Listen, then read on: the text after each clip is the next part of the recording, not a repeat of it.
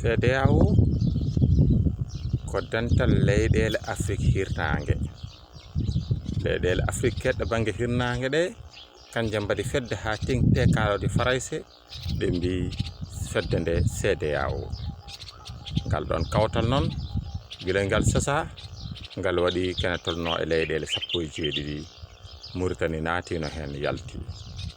Ɗeɗon leyɗele noon saha e saha fof baylita cuɓɓude muɗum jurnito golle munen gadda jaɓɓal kesal.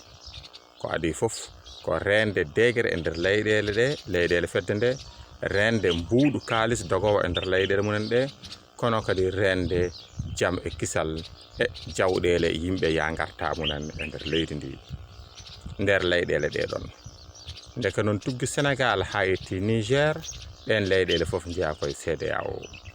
Kono noon Nigéria wonti ballo e nder CEDEAO nde wonno jokku kañum ne woni ko leydi Angleterre heewde doole, kono noon nde woni kadi koye leyɗele Afrique banggue hirnange hende jeeya.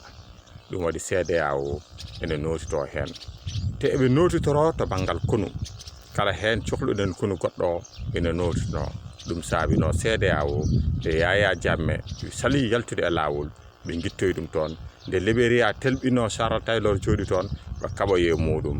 Ngol lawol noon hande 7 lewru Jukko hitande 2023 eɓe cappanino leydi Niger e ngol ɗo baylogol laamu ndolago artugo to fangal konuji jooɗi ɗon ɓe mbi ko ma iwa soɓe donki ɓe guittira sembe.